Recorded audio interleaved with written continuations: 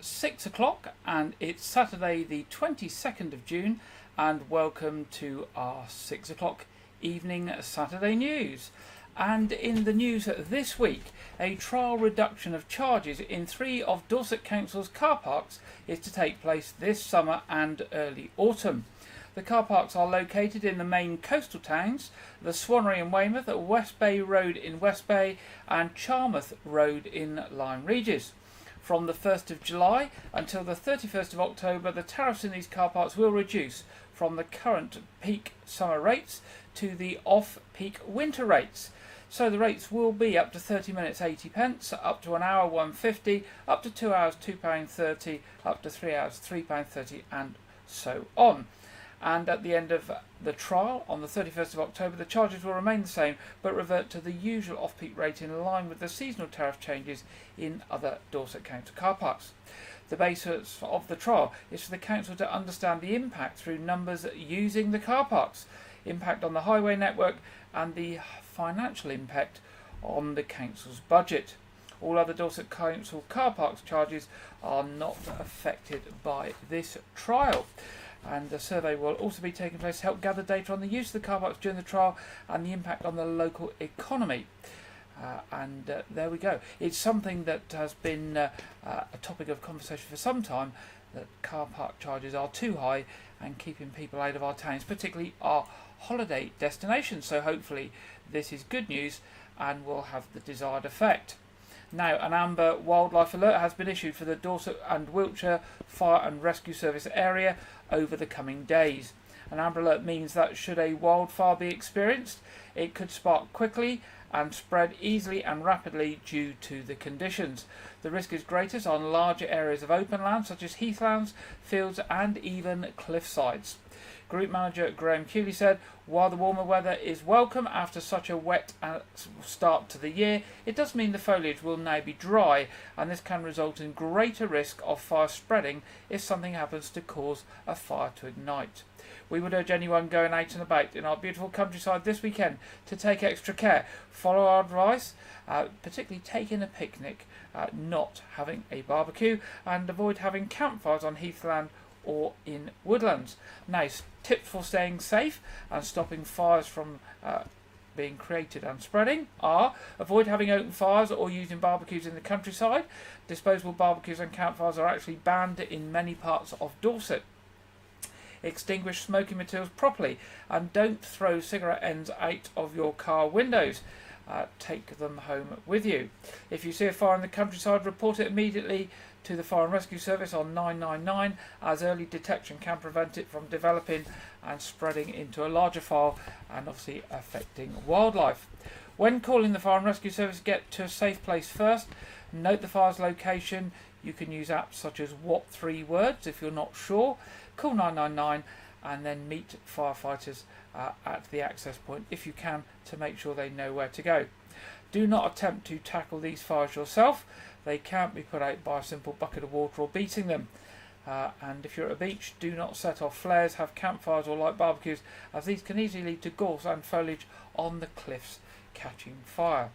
Now, landowners and land managers are advised to be prepared for fires where possible and ensure that fire breaks are cut and well maintained, with any cut grasses and vegetation removed from the site. If you want more information on staying safe and enjoying the outside areas, pop along to the Dorset and Wiltshire Fire and Rescue website at www.dwfire.org.uk and search for Heath and Countryside Fires. A celebrity auctioneer will be holding a valuation day at a care home in Dorchester next month. Paul Martin, who presented BBC One show Flog It for nearly 20 years, is visiting Maiden Castle House Care Home on Gloucester Road on Wednesday the 3rd of July for a free valuation day event, which is open to members of the public. Paul, who is now head of valuations at Henry Aldridge and Son Limited, will start by giving a 30-minute talk at 11 a.m. to the care home residents, their relatives and visitors, followed by a book signing. Paul will then be providing valuations for gold, silver, paintings, pottery, china and other antiques through until 4 p.m. He will also offer the opportunity for any item to be sold at auction with a percentage of the auctioneer's fee, known as the vendor's premium, being donated to Maiden Castle House's chosen charity, which is Wellmar Hospice, and that obviously provides care to people with life-limiting illnesses across south of Dorset. And now Norman, who lives at Maiden Castle House, said, "I'm looking forward to meeting Paul, as well as antiques. He has got an interesting background, as he's also interested in music, so I'm hoping to ask him about that. I also have a little figurine for him to look at, which belonged to my mother." Maiden Castle House, which is run by the not-for-profit charity Care South, provides specialist residential respite and dementia care. The care home features a range of communal lounges overlooking a courtyard and landscape garden for residents to enjoy, and it also has a dedicated activities team on site who organise a daily programme of events to bring residents together to socialise and build friendships. Now, there's no need to book, you can just turn up. But if you want more information about the event, you can contact Emma at the care home, and the email address is emma.norman@care-south.co.uk. That's emma.norman@care-south.co.uk. Now, councillors have been given a vision of the future extra care strategy in Dorset to support people with multiple health and care needs while remaining independent in home of their own. The strategy is designed to provide an alternative to more institutional forms of care and prioritises development of 4 new extra care housing schemes across Dorset. A key proposal is the accompanying delivery plan is to procure a strategic development partner. Dorset Council's existing role as a registered provider will also be discussed when the paper is presented to the Council's Cabinet in July. By working closely with Dorset Council, they would help fund, develop, manage and maintain new schemes on local authority sites for at least 10 years. Extra care housing is accommodation with self-contained flats and generous communal spaces. There is a commissioned 24/7 on-site care and support service, including assistive technology available to residents. Tenants have a tenancy or lease and their own fully accessible bathroom, bedroom, kitchen and living room.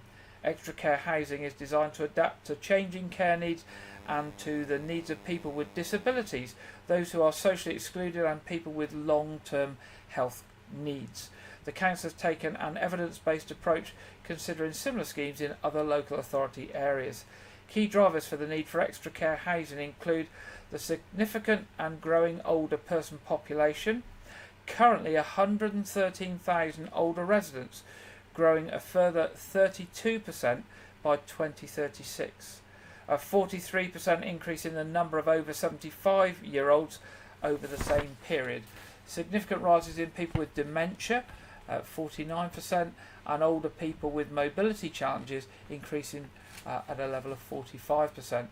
And also an ongoing demand for suitable accommodation and support services for people aged 18 to 64 with mobility issues, learning disabilities, mental health conditions and autism. John Price, Executive Director for Adult Social Care and Housing, said the strategy supported the delivery of the Council's plan to provide a better life for Dorset residents. We know that extra care housing has the potential to transform the lives of people who live there, helping people to stay independent, to continue to be part of a community and to enjoy older age.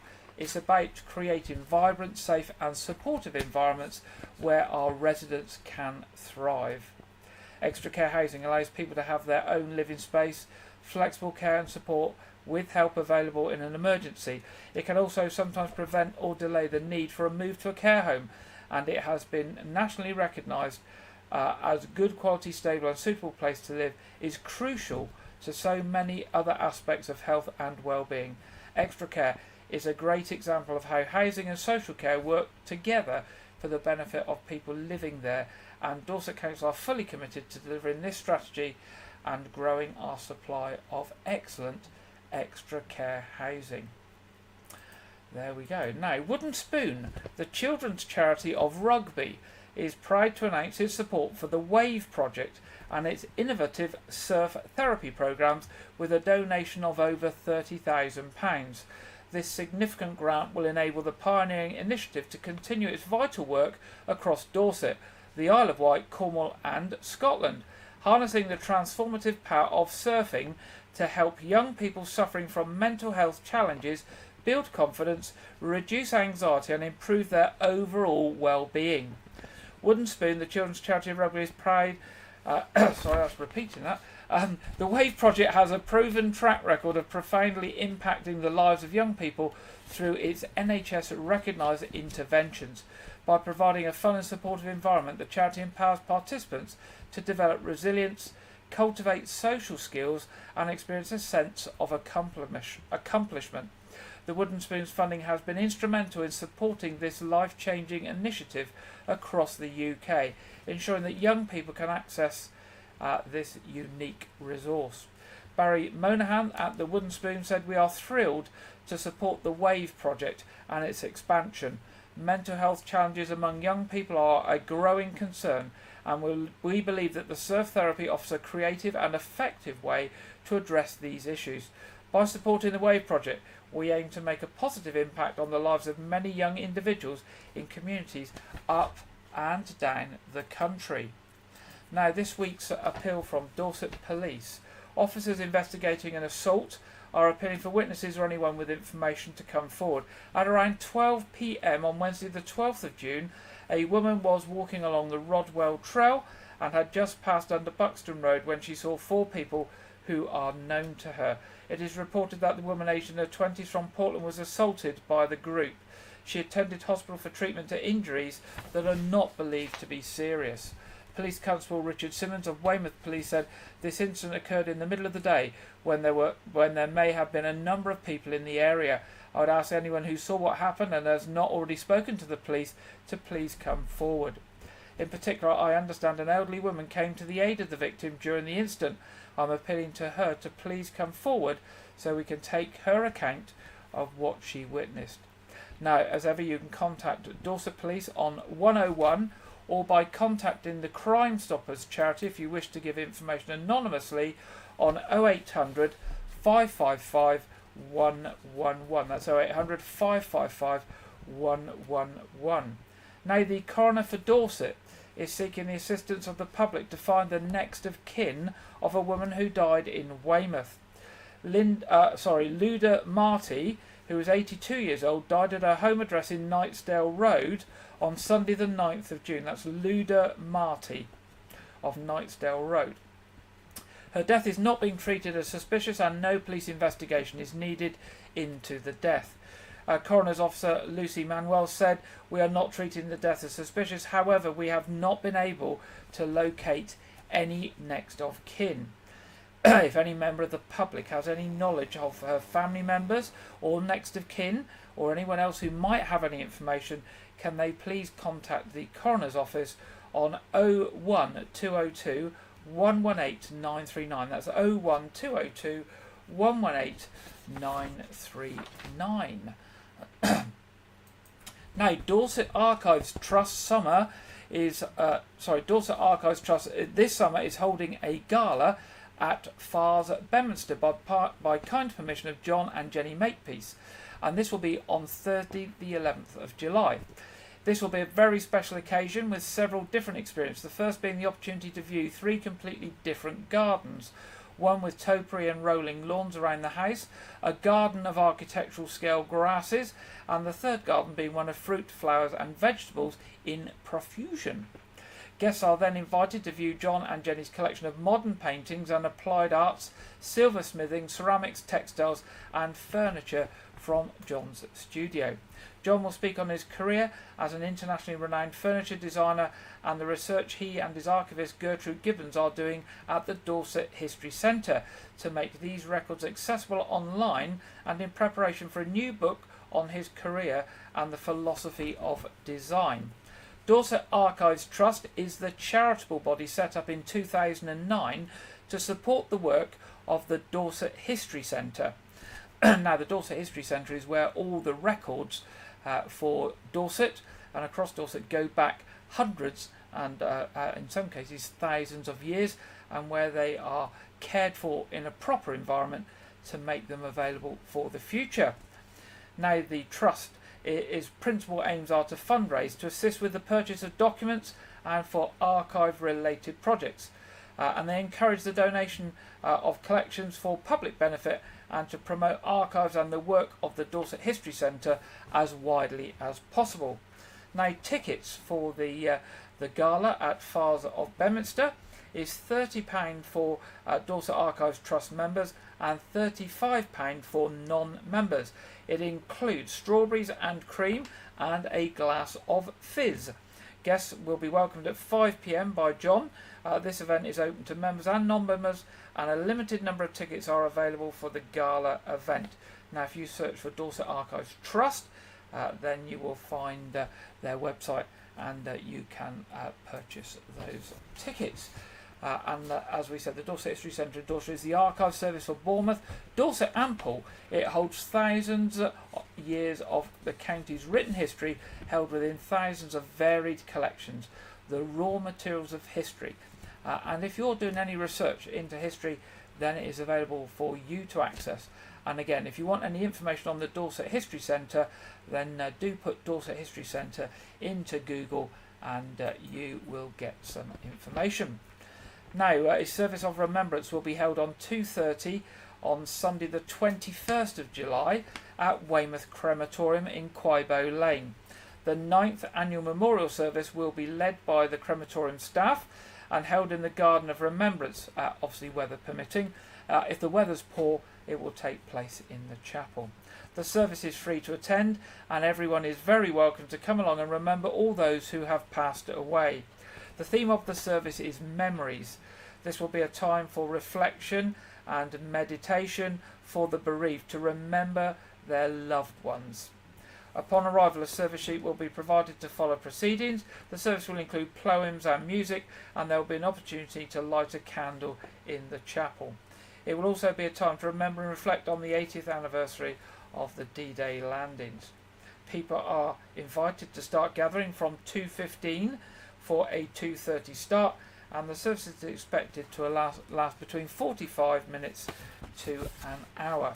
Free refreshments will be provided by the Weymouth Salvation Army, and you are advised to bring your own chair. So that's the 12th of July. I think it was the 12th of July, wasn't it? Sorry, 21st of July at 2:15 for a 2:30 start at Weymouth Crematorium in Quibo Lane. Now, approval has been given for a stone archway from London's Fleet Street to be relocated to Portland's Tout Quarry, and you can see the stone archway entrance there on the screen. The move is part of proposals for improvements to the Quarry Sculpture Park and Nature Reserve. Plans are also underway for improving the existing pathways from Priory Corner to the Memory Stone Circle and installing geological interpretation areas within the park as part of the Green Corridor Plan. Dorset councillors have unanimously accepted the proposals at a recent planning meeting. The ideas come from the Portland Sculpture and Quarry Trust, which want to place the 7-metre arch made of Portland stone to provide a gateway into the site. The arch, which was from a well-known London building in Fleet Street, has been stored and labelled since the building was carefully dismantled, and it is ready to be brought to Portland and erected on the Portland Sculpture and Tout Quarry site. As we say, the arch comes from a dismantled listed building in London. It will be sited just beyond the tunnel entrance to the park from Wide Street. The proposed development feels a long-standing commitment in establishing a visible arrival point to the Portland Quarries Nature Park. White's councillor Kate Weller at the meeting welcomed the proposal and praised the work of the Tout Quarry Trust team. She said it is a wonderful resource for Portland and the whole county, and really does show the history of this part of Dorset and its impact worldwide. Now, the trust was formed in 1983 to save Tout Quarry from further mineral extraction and to set up a sculpture park covering more than 40 acres, which now features more than 60 sculptures and other works of art, and spaces where nature is encouraged to grow and develop. And finally, in our headlines tonight, an Armed Forces flag raising ceremony will take place at County Hall in Dorchester on Monday the 24th of June, that's this coming Monday, at 10 a.m. And the event has been marked has been organised to mark the Armed Forces Day on the 29th of June. Now, there's more information about Armed Forces Day on the national website www.armedforcesday.org.uk. The ceremony will be hosted by the Vice Chair of Dorset Council, Councillor Les Fry, and is a significant event that honours servicemen and women both past and present. It's a chance to express respect and appreciation for the vital role the armed forces play in defending our nation, both at home and abroad. Dignitaries who will attend the event include His Majesty's Lord Lieutenant Mr Angus Campbell, the High Sheriff of Dorset Mr Anthony Woodhouse, and the Mayor of Dorset, Councillor Robin Potter, along with other dignitaries and members of the armed forces and local associations. The ceremony will feature speeches from various individuals, including military personnel from the Royal Navy, Army and Royal Air Force. Now, Dorset has long ties with the armed forces, with serving personnel, veterans and their families being integral parts of the Dorset community. Many towns and villages in Dorset rely on servicemen and women both economically and socially while they are actively serving, and of course afterwards when they retire. The ceremony is open to the armed forces community, veterans and residents, providing an opportunity for everyone to come together and pay their respects. So that is Monday, this coming Monday, the 24th of June, 10 a.m. at County Hall in Dorchester. And that's the end of the headlines in tonight's news. It's now time in the programme to go over to our regular contributor, Andrew Wright, for this week's film review and preview. Welcome to White Regis TV Film Review and Preview. I'm Andrew Wright. Last week, the Pixar sequel Inside Out 2 was released in cinemas as a sequel to Pixar's 2015 film Inside Out. The film revolves around the personified emotions of the young girl Riley. The film stars Amy Poehler as Riley's joy emotion, trying to navigate the onset of Riley's puberty, only for new emotions to emerge and start a coup d'etat against joy and the other emotions, led by anxiety, played by Maya Hawke. The film has done really well at the box office so far, much better than anyone expected, and it's a hit with critics and audiences. People keep posting online about how much it moved them and helped them with their own family and such. I saw the film last weekend, and I wasn't as keen on it as the other critics. I did enjoy it. I thought it was quite tense at times, but it just wasn't the first film. It wasn't as fresh or innovative. It just, honestly, the first film just felt kind of bulletproof, and the second film is just sort of like, it's not the first film. I gave the film 3.5 stars out of 5. This week, the psychological horror film Immaculate was released on home video. The film stars Sydney Sweeney as a novice American nun who travels to an Italian convent to take her vows, only for her to suddenly become pregnant by immaculate conception, which leads to increasingly sinister events within the convent over the course of the 3 trimesters. So this was my first time watching the film. I have to say, I was actually really impressed. Sydney Sweeney gives an incredible performance, just quite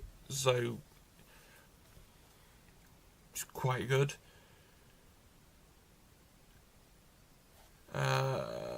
And I really like the directing and cinematography, because it made everything look great and so expansive, and actually made the film look like it cost more than it actually did. And the film had such a great, creepy tension right from the beginning, so you're just sort of on that tenterhooks, which I thought was really brilliant. It did wobble in a couple of places where I just thought, okay, there's just moments where I thought, okay, this is a bit wobbly. And I definitely think it was unnecessarily gory. The same story could have worked without all the gore. Like, it didn't need it. It was just sort of like...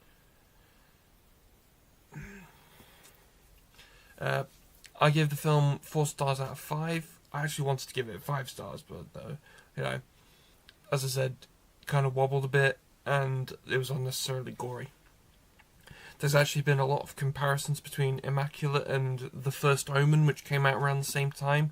I'll be reviewing The First Omen in August. I've never seen any of the Omen films, and I know it's on Disney+, but I'm just going to go into The First Omen in August with, like, a broad perspective, so... But yes, there's been quite a lot of comparisons drawn between the two, as they seem to be, as people saying they're very similar films. That's all I have for this week, but be sure to check back next week where I'll be previewing A Quiet Place Day 1. Now back to Gary in the studio. Thank you very much there, Andrew, for this week's film review and preview.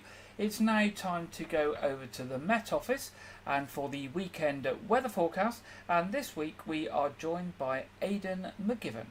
Welcome to White Regis TV film review and preview. I'm Andrew Wright. Last week... So something has actually gone wrong there, so just bear with me a second while I try and get the right feed up. Sometimes these things happen, but we will see if we can deal with this on the fly for you. So we will try once again to go over to the Met Office and for the weekend weather forecast and Aidan McGivern. Hi there. It's a fine weekend for most of us, and with increasingly sunny skies over the next few days, we can expect increasingly high temperatures. But for the time being, it's not entirely sunny out there. There is a fair amount of cloud around associated with a couple of weak fronts. One weak front just clearing the southeast, responsible for a few light showers across parts of East Anglia and the southeast, mostly towards the far east of London generally. Elsewhere, brightening skies, some sunshine coming through, but thickening cloud for western Scotland, western parts of Northern Ireland, where we'll see some outbreaks of light rain move in. In between, where we do get the sunshine coming through, temperatures up to 21 to 23 Celsius. So no heat wave yet, but certainly feeling pleasant enough compared with what we've experienced so far this June. Now, the weak front that I mentioned towards the northwest, that will make some progress inland across central Scotland, the rest of Northern Ireland overnight, and it'll bring some light and patchy rain. That rain and drizzle reaching Cumbria during the early hours, parts of West Wales, for example. It tends to fizzle, but it results in a lot of low cloud for northern and western England, parts of Wales, some mist and murk around coastal parts, meanwhile clearing skies for Scotland and Northern Ireland. Parts of the East Midlands, East Anglia and the South East stay clear as well, but it's going to be a slightly warmer night compared with recent nights. Temperatures mostly in the double figures, although could dip into the single figures where we get some shelter spots and a few mist and fog patches possible first thing. More widespread mist and drizzle around the hills and coasts of Wales and the southwest. Now, inland, it's going to take some time, but inland this cloud sheet will tend to break up and the sun will return by the afternoon. However, for many, especially across southern parts, it will be mostly cloudy for the bulk of the day, and certainly we'll see some lingering low cloud and mist around the coast, mainly the south coasts of the southwest of England. But for parts of North Wales, Northern England, Scotland, Northern Ireland, plenty of sunshine, a fine summer's day, and temperatures reaching 21, 22 Celsius generally in the north. Further south, where we do get some sun coming through, 25 Celsius possible. Now, it's really later in the day that this cloud more widely breaks up, although we'll keep some mistiness around some of these south coasts through the evening. There'll be additional cloud floating into the northwest of Scotland, perhaps some rain just skirting Lewis and Harris with a freshening breeze here. But for generally most of the UK, we've got high pressure in charge, and that's going to bring plenty more fine weather on Monday and into Tuesday. As that high drifts to the east, We'll see this plume of warmth arrive from the continent and increasingly high temperatures, up to 30 Celsius in one or two spots by Wednesday. So some summer sunshine, increasing temperatures, very high UV in places, also high pollen levels. So we'll keep you updated right here at the Met Office. Thank you very much, Aidan. We got to you in the end there. Sorry for the technical difficulties in bringing that to you at the start. Now let's have a look at our weather widget for us down here on the south coast. And as you can see, Aidan was saying about temperatures possibly up to 30, but with that coastal breeze we can certainly expect temperatures of 22 and 23 and possibly above this week. Doesn't look like we're going to get much rain, and the possibility of thunders and lightning as ever when we get these humid sets of weather. Right, so let's see what's happening in the days and weeks ahead. First of all, as usual, we'll turn to Weymouth Pavilion. Rumours of Fleetwood Mac on the 26th of June. A country night in Nashville, 4th of July. Celine, My Heart Will Go On, 11th of July. 14th of July, the Beach Boys tribute show. And 25th of July, the Magic of Motown. That's just a selection of some of the shows at the Pavilion. To find out all of the shows and to book tickets, do go online, weymouthpavilion.com. And if you want to book tickets, you can also ring the box office on 01305 783 225. Now, turning to the Knowth Fort. This weekend, it's World War II weekend, and that continues tomorrow, the 23rd of June. Acoustics on the Terrace on the 7th of July, Victorian weekend 20th and 21st of July, and Pause for Fort on the 29th of September. More details on those events and anything else happening at the Knowth Fort on knowthfort.org.uk. Turning to Arts Reach, performances coming up in South and West Dorset include 30th of June, Hansel and Gretel, Opera in a Box at Lich of Matravis. 1st of August, Love Riot at Iberton Village Hall. 8th of August, the Storyland Adventures in Storyland at Lytton Cheney Community Hall. More information on these performances and other performances throughout Dorset through to the autumn. Pop along to artsreach.co.uk. That's artsreach.co.uk. Now, Weymouth Drama Club will be performing the comedy Delilah Swim Club at the Bay Theatre, Weymouth College, from the 27th to the 29th of June. It's a play set in the US and tells the story of 5 women who in their college swim team end up forging a friendship that spans decades.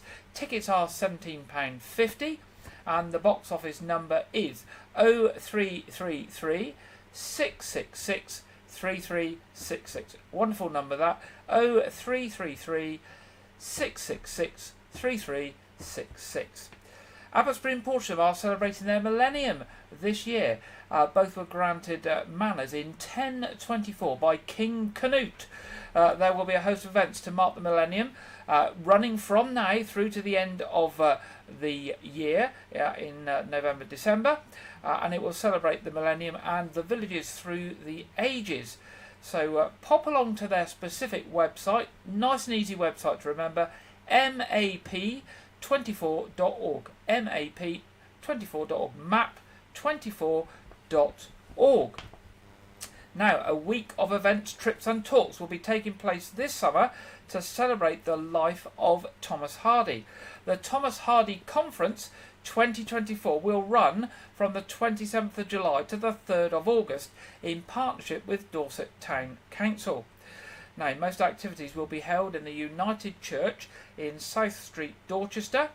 And if you want more information on that, and there are so many, I couldn't even tell you, we'd be here for 5 or 10 minutes. There are so many talks, readings, and different things going on over that week.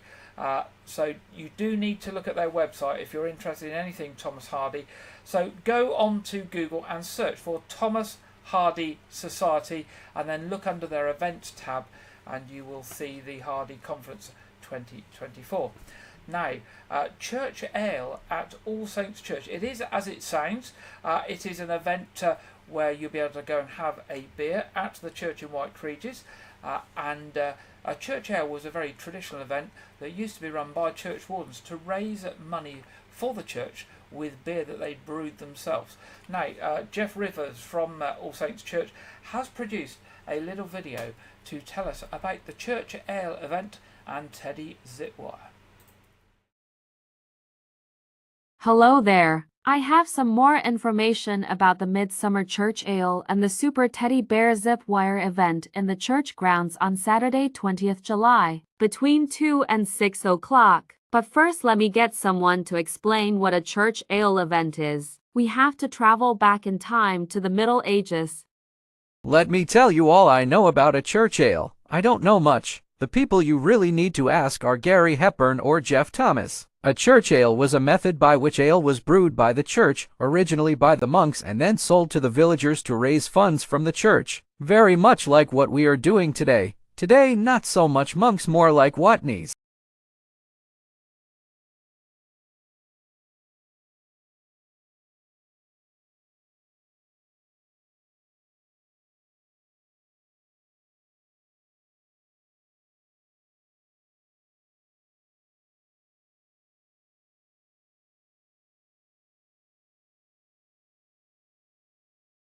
We look forward to see you all, with lots of teddy bears. Remember, it starts at 2 o'clock. Let's hope it doesn't rain. There we go, that's the church ale event there in White Regis.